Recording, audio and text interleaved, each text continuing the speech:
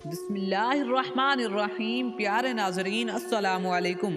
آج کی اس خاص ویڈیو میں ہم آپ کو حضرت شاہ شمس تبریز رحمۃ اللہ تعالی علیہ کی زندگی کی داستان سنائیں گے۔ آپ کو بتائیں گے کہ حضرت شاہ شمس الدین تبریز کہاں پیدا ہوئے، کس سے تربیت حاصل کی، دنیا کے کس کس خطے میں آپ نے اسلام کی دعوت کو روشن کیا، حضرت شاہ شمس الدین تبریز رحمۃ اللہ تعالی علیہ اور سورج کا زمین پر آنے کا واقعہ کیا ہے، اور مولانا جلال الدین رومی رحمۃ اللہ تعالی علیہ نے آپ سے فیض کیا پایا، اور مولانا رومی کی کتابوں کو حضرت شمس الدین نے دریا میں پھینکنے کا واقعہ یہ بھی سنائیں گے۔ بس عرض یہی ہے کہ ویڈیو کو آخر تک ضرور دیکھیے گا، کوشش کیجیے گا۔ حضرت شاہ شمس الدین تبریز رحمۃ اللہ تعالی علیہ کا پورا نام محمد شمس الدین تھا۔ آپ رحمۃ اللہ تعالی علیہ شہر تبریز کے حوالے سے شہرت پائی کیونکہ آپ نے اپنی زندگی کا ایک حصہ تبریز میں گزارا تھا۔ پیارے دوستو، حضرت شمس الدین 560 ہجری میں ایران میں سبزوار کے مقام پر پیدا ہوئے، اور اسی نسبت سے آپ کو سبزواری بھی کہا جاتا ہے اور آپ کا لقب ہے، اور آپ کے والد گرامی کا نام سید صلاح الدین محمد نور بخش رحمۃ اللہ تعالی علیہ تھا۔ آپ کا سلسلہ براہ راست حضرت امام جعفر صادق رحمۃ اللہ تعالی علیہ سے جا ملتا ہے، اور حضرت امام جعفر صادق سے ہوتا ہوا حضرت علی رضی اللہ تعالی عنہ سے جا ملتا ہے۔ کہا جاتا ہے کہ ہوش سنبھالتے ہی حضرت شمس الدین تبریزی رحمۃ اللہ تعالی علیہ کو تعلیم اور تربیت کے لیے ان کے چچا عبدالہادی رحمۃ اللہ تعالی علیہ کا سپرد کر دیا گیا تھا۔ چچا نے بھتیجے پر بہت محنت کی، یہاں تک کہ تفسیر، فقہ اور حدیث کے ساتھ دیگر علوم سے بھی آراستہ کر دیا۔ جب 579 ہجری میں سید صلاح الدین محمد نور بخش دعوت اسلام کے لیے بدخشاں کی طرف روانہ ہوئے تو حضرت شمس الدین تبریز رحمۃ اللہ تعالی علیہ کو بھی اپنے ساتھ لے گئے، اور اس وقت ان کی عمر 19 سال تھی۔ بدخشاں میں ہزاروں لوگوں کو حق کی تعلیم دی، پھر تبت کوچک کی طرف روانہ ہو گئے اور سینکڑوں انسانوں کو دین اسلام میں داخل کیا۔ پھر یہاں سے باپ اور بیٹے نے کشمیر کا رخ کیا۔ اس وقت یہاں کے لوگ سورج کی پرستش کرتے تھے۔ حضرت سید صلاح الدین رحمۃ اللہ تعالی علیہ اور حضرت شمس الدین تبریز رحمۃ اللہ تعالی علیہ کی کوششوں سے ہزاروں بت پرست باشندوں نے اسلام قبول کیا۔ اس علاقے کے ہزاروں بت پرست باشندوں نے اسلام کو قبول کیا، اور چنگڑ قوم نے انہیں بہت پریشان کیا، مگر بعد میں لوگ وہ چنگڑ جو تھے وہ بھی آپ کے فرما بردار و مطیع ہو گئے۔ پیارے دوستو، تاریخ بتاتی ہے کہ 586 ہجری میں حضرت شمس الدین تبریز والد محترم کے ہمراہ واپس اپنے وطن سبزوار تشریف لے گئے۔ یہاں حضرت شمس الدین رحمۃ اللہ تعالی علیہ کی شادی ہو گئی۔ آپ کے دو فرزند سید نصیر الدین محمد اور سید الہ الدین احمد پیدا ہوئے۔ سید الہ الدین احمد رحمۃ اللہ تعالی علیہ زندہ پیر کے لقب سے مشہور ہوئے۔ دوستو، آپ کو بتاتے چلیں کہ حالات و واقعات کے اعتبار سے حضرت شمس الدین تبریز رحمۃ اللہ تعالی علیہ کی شخصیت بہت زیادہ متنازع نظر آتی ہے، کیونکہ آپ رحمۃ اللہ تعالی علیہ نے خانہ بدوشی کی زندگی بسر کی اور تمام عمر ایک عجیب اذیت اور قرب میں مبتلا رہے۔ بغداد تشریف لے گئے تو مقامی علماء کو آپ کے خیالات سے شدید اختلاف ہو گیا۔ بادشاہ وقت ان علماء کے زیر اثر تھا، نتیجتاً حضرت شاہ شمس الدین تبریز رحمۃ اللہ تعالی علیہ کو شہر بدر ہونا پڑا۔ آپ رحمۃ اللہ تعالی علیہ کے شہر بدر ہونے کے ساتھ ایک عجیب واقعہ چھوڑا۔ کہتے ہیں کہ آپ رحمۃ اللہ تعالی علیہ بغداد کی حدود سے نکلے ہی تھے کہ اچانک بادشاہ کا بیٹا بیمار پڑا اور دوسرے دن مر گیا۔ بادشاہ کو خیال گزرا کہ شاید یہ المناک واقعہ حضرت شاہ شمس الدین تبریز رحمۃ اللہ تعالی علیہ سے بدسلوکی کی باعث رونما ہوا۔ مجبوراً اس نے اپنے خاص مشیروں کو حضرت شمس الدین تبریز رحمۃ اللہ تعالی علیہ کی تلاش میں روانہ کرتے ہوئے کہا، کوئی بھی صورت ہو انہیں بغداد واپس لاؤ۔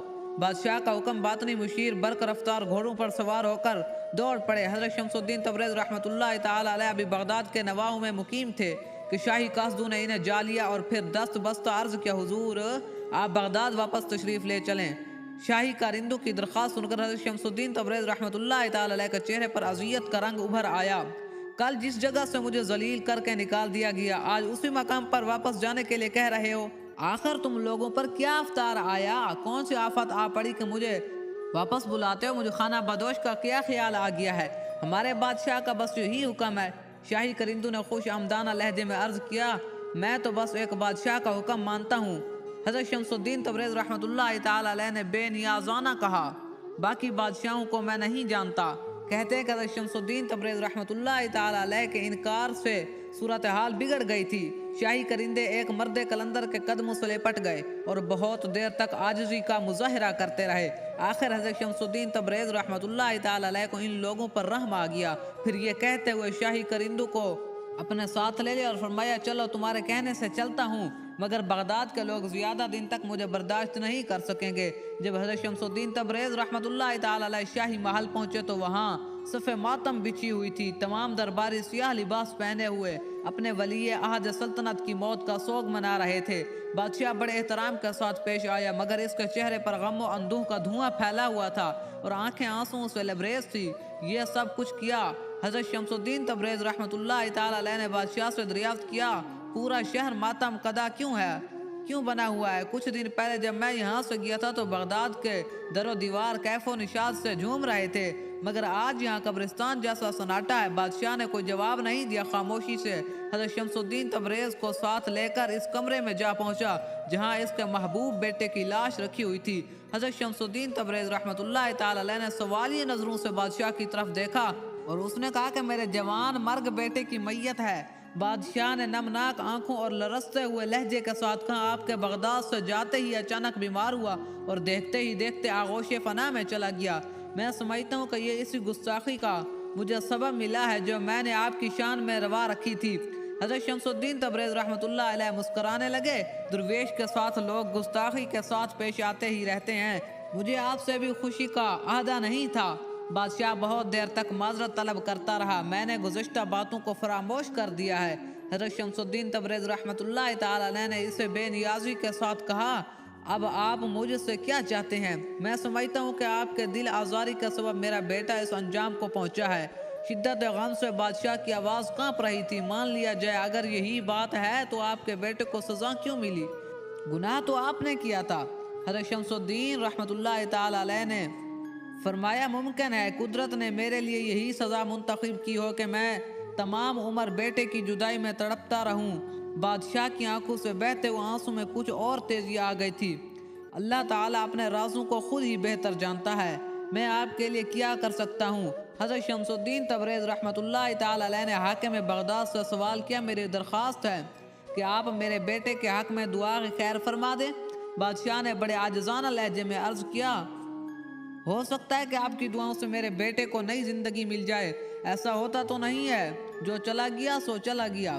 حضرت شمس الدین تبریز رحمۃ اللہ تعالی علیہ نے فرمایا، پھر بھی تمہاری تشفی کے لیے اپنے مالک کی بارگاہ میں عرض کر دیتا ہوں۔ شاہ شمس تبریز رحمۃ اللہ تعالی علیہ نے پھر آپ کے ہونٹوں کو جنبش ہوئی، اے اللہ، اگر تو نے اس لڑکے پر میری دل آزاری کے باعث موت مسلط کر دی ہے تو میں اسے معاف کرتا ہوں۔ تو بھی اس عاجز بندے محمد شمس الدین کی خاطر اپنے بے پناہ اور بے مثال فضل و کرم کا مظاہرہ فرما اور اس بچے کو معاف کر دے۔ دوستو، روایات بتاتی ہیں کہ ابھی ایوان شاہی کے اس کمرے میں حضرت شمس الدین تبریز کے الفاظ کی گونج باقی تھی کہ شہزادے کے جسم کو جنبش ہوئی، پھر وہ اپنے بستر پر اٹھ کر بیٹھ گیا اور حیرت زدہ نظروں سے چاروں طرف دیکھنے لگا۔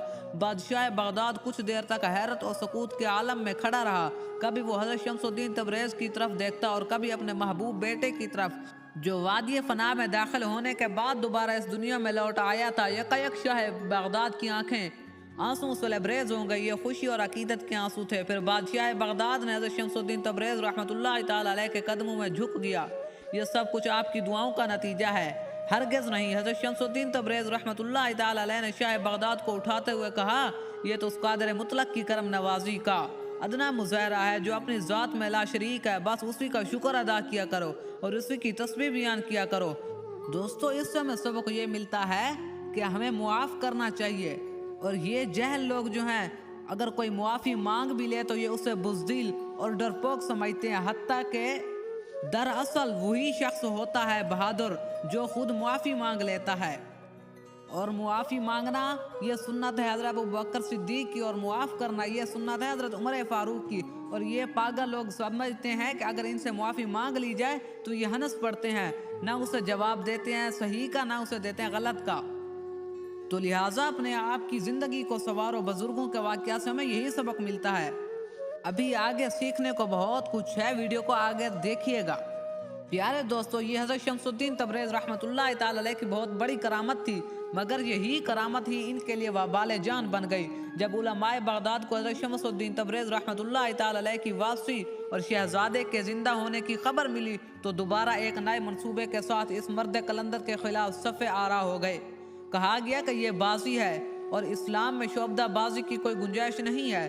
شاہ بغداد نے بڑے دلائل کے ساتھ حضرت شمس الدین تبریز کا دفاع کیا۔ اگر یہ شعبدہ بازی ہے تو پھر آپ میں سے کوئی شخص بغداد کی عوام کے سامنے ایسا کوئی مظاہرہ پیش کر کے دے تو میں سمجھ لوں گا کہ یہ حضرت شمس الدین تبریزی شعبدہ باز ہیں۔ ہم اہل ایمان ہیں اور ہمیں شعبدہ بازی سے کوئی نسبت نہیں ہے۔ علماء بغداد نے بیک زبان کہا کہ شمس الدین تبریز نے پہلے ہی اپنے ساحرانہ قوتوں سے شہزادے کو بے ہوش کر دیا اور پھر خود ہی جادو کے اثر کو زائل کر دیا۔ نتیجتاً شہزادہ ہوش میں آ گیا اور سادہ لوگ عوام سمجھنے لگے کہ یہ ولی عہد سلطنت ایک مرد خدا کی دعاؤں سے دوبارہ زندہ ہو گیا۔ یہ سب فریب نظر ہے، اس کو شعبدہ بازی کہتے ہیں اور اس کا نام جادوگری ہے۔ اگر وہ شخص ایسا ہی مستجاب الدعوات ہے تو پھر کسی قبرستان میں جا کر دعا کے لیے ہاتھ اٹھا دے اور ان مردوں کو زندہ کر دے جو بھی برسوں سے گہری نیند سو رہے ہیں۔ تو پیارے دوستو، یہ عجیب ہی بحث کی فضا تھی۔ شاہ بغداد نے حضرت شمس الدین تبریز کی بہت حمایت کی، مگر علماء بغداد یہی کہتے رہے وہ ایک ساحر ہے اور اسلام میں ساحری کرنا، جادوگری کرنا حرام ہے۔ بالآخر ایک طویل بحث کے بعد علماء بغداد نے حضرت شمس الدین تبریز رحمۃ اللہ تعالی علیہ پر کفر کا فتویٰ بھی لگا دیا اور مطالبہ کیا کہ ان کی کھال کھنچوا کر بغداد سے باہر نکال دیا جائے، اور کہتے ہیں کہ بغداد کے تمام اراکین سلطنت بھی علماء کے ہم نوا سے انجام کار بادشاہ کی مرضی کے خلاف بھرے مجمع میں حضرت شمس الدین تبریز کی کھال کھینچ لی گئی اور اسی حالت میں یہاں سے نکال دیا گیا۔ پورا جسم لہولہان تھا۔ ولی عہد سلطنت کا شہزادہ محمد، جس کو شاہ شمس الدین تبریز سے بہت عقیدت تھی، جب آپ شہر سے بدر ہوئے تو شہزادہ محمد بھی آپ کے ہمراہ تھا۔ رخصت ہوتے وقت اس نے اپنے امراء سلطنت کو مخاطب کرتے ہوئے کہا تھا، اس ملک میں حضرت شاہ شمس الدین رحمۃ اللہ تعالی علیہ جیسے صاحب کمال کے ساتھ یہ سلوک کیا جائے وہ ایک لعنت کدہ، اور میں اس لعنت کدہ میں سانس لینا بھی گناہ سمجھتا ہوں۔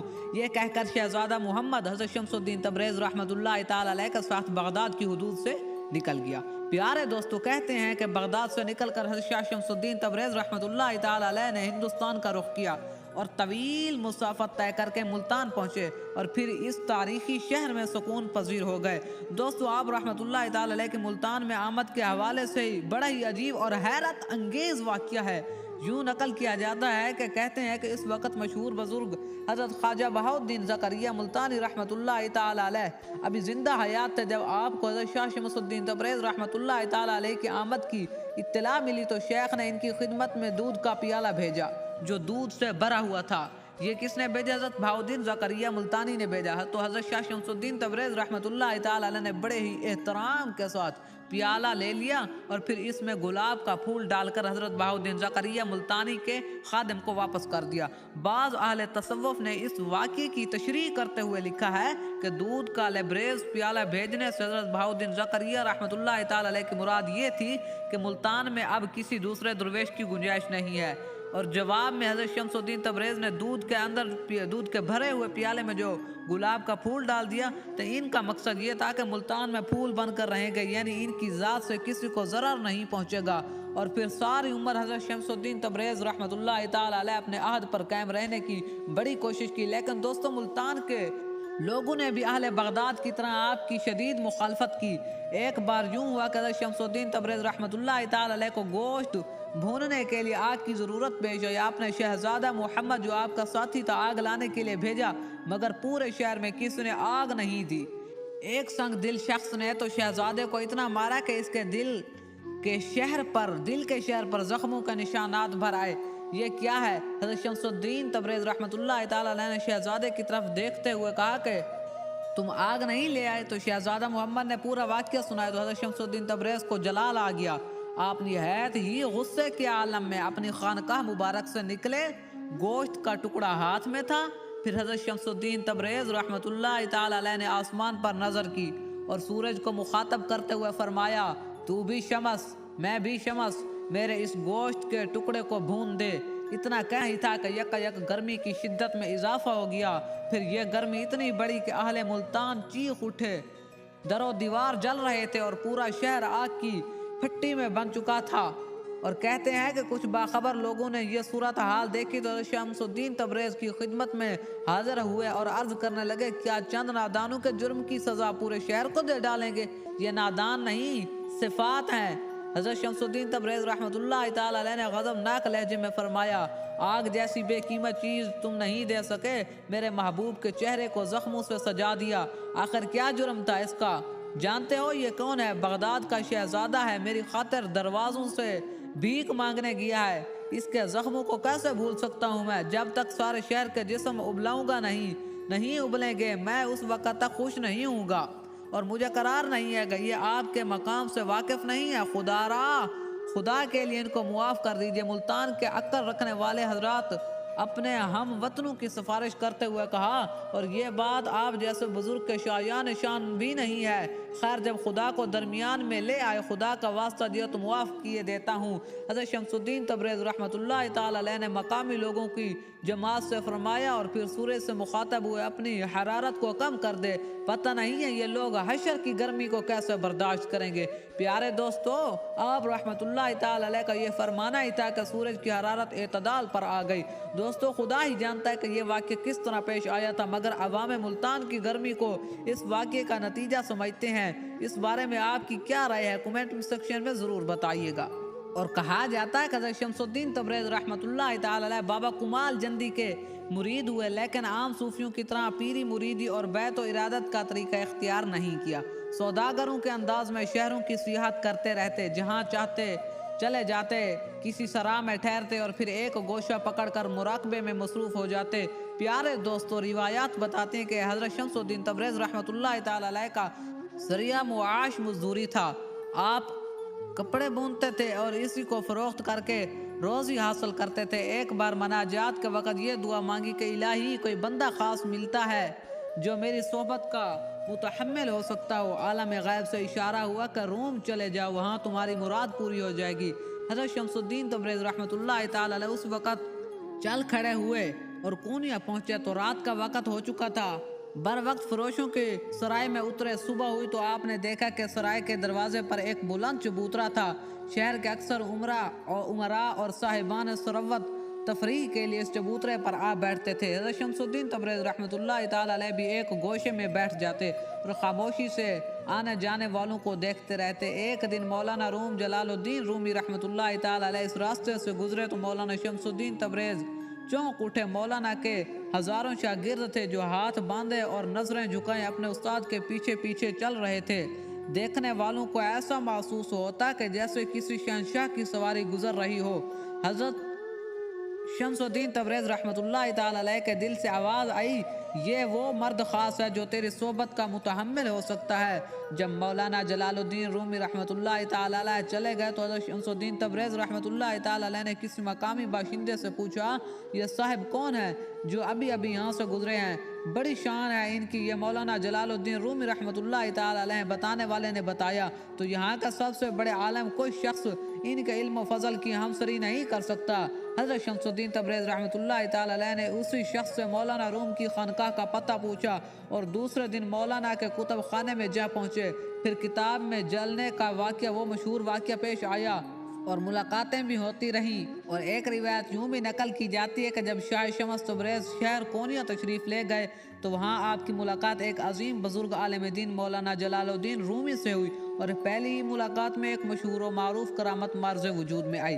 کہتے ہیں کہ مولانا جلال الدین رومی اپنے درس میں طالب علموں کو تعلیم دے رہے تھے کہ شاہ شمس الدین تبریز سبزواری دوران تعلیم درس میں تشریف لے گئے، جو کہ نہایت سادہ لباس میں تھے، اور مولانا رومی کے قریب بیٹھ گئے تو مولانا رومی کے قریب چند کتابیں پڑھی تھی تو حضرت شاہ شمس الدین جلال الدین رومی کی طرف مخاطب ہوئے اور کتابوں کی طرف اشارہ کیا اور پوچھا، یہ کیا ہے؟ جواب ملا، اس علم کہتے ہیں جو کہ تم نہیں جانتے۔ حضرت شاہ شمس الدین رحمۃ اللہ تعالی علیہ نے مولانا جلال الدین رومی کا یہ فقرہ جب سنا نا، یہ بات سنی کہ تم نہیں جانتے، تو جلال میں آئے اور وہ تمام کتابیں جو مولانا جلال الدین رومی کے قریب پڑی تھی اٹھا کر پانی کے بھرے ہوئے حوض کے اندر ڈال دی۔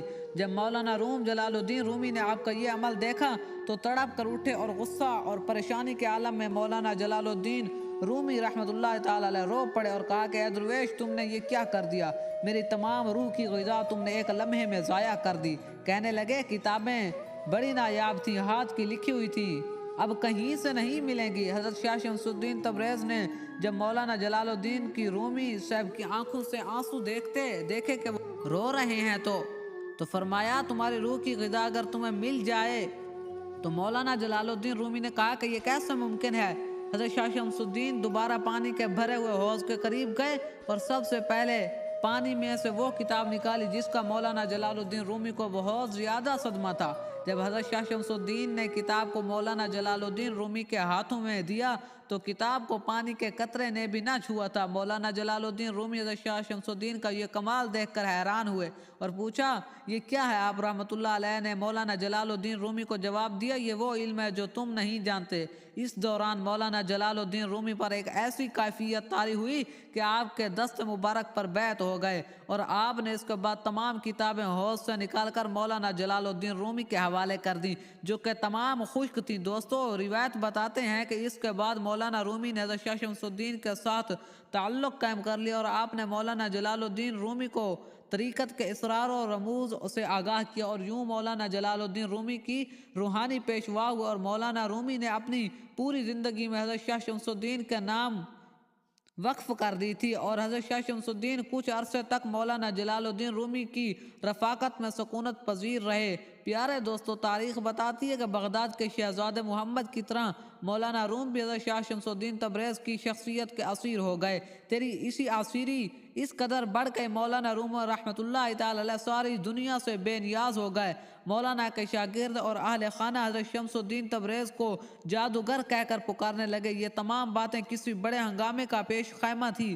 حضرت شاہ شمس الدین تبریز رحمۃ اللہ تعالی علیہ صورتحال کو زیادہ دن برداشت نہ کر سکے اور پھر ایک دن جب تمام لوگ گہری نیند سوئے ہوئے تھے تو حضرت شاہ شمس الدین تبریز خاموشی کے ساتھ گھر سے نکل گئے۔ صبح جب مولانا روم بیدار ہوئے تو اپنے پیر مرشد کو نہ پا کر مولانا کے دل پر قیامت گزر گئی۔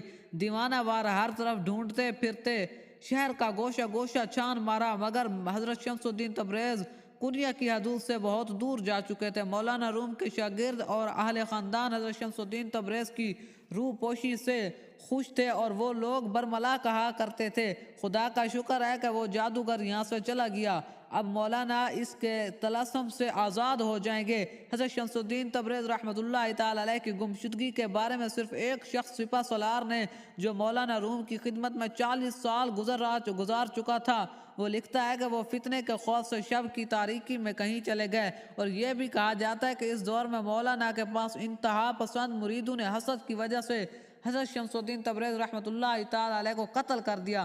پیارے دوستو آپ کو بتاتے چلیں کہ اخبار الصالحین کے مصنف کا بیان ہے کہ ایک بار حضرت شمس الدین تبریز مولانا روم کے پاس خلوت میں بیٹھے تھے کہ کسی نے باہر سے آواز دے کر آپ کو بلایا تو حضرت شمس الدین تبریز رحمۃ اللہ تعالی علیہ نے مولانا روم کو مخاطب کر کے فرمایا مجھے قتل کرنے کے لیے بلاتے ہیں؟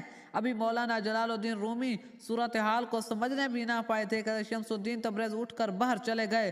7 افراد آپ کے انتظار میں کھڑے تھے۔ جیسے ہی حضرت شمس الدین تبریز باہر تشریف لائے اور ان لوگوں نے آپ پر حملہ کر دیا۔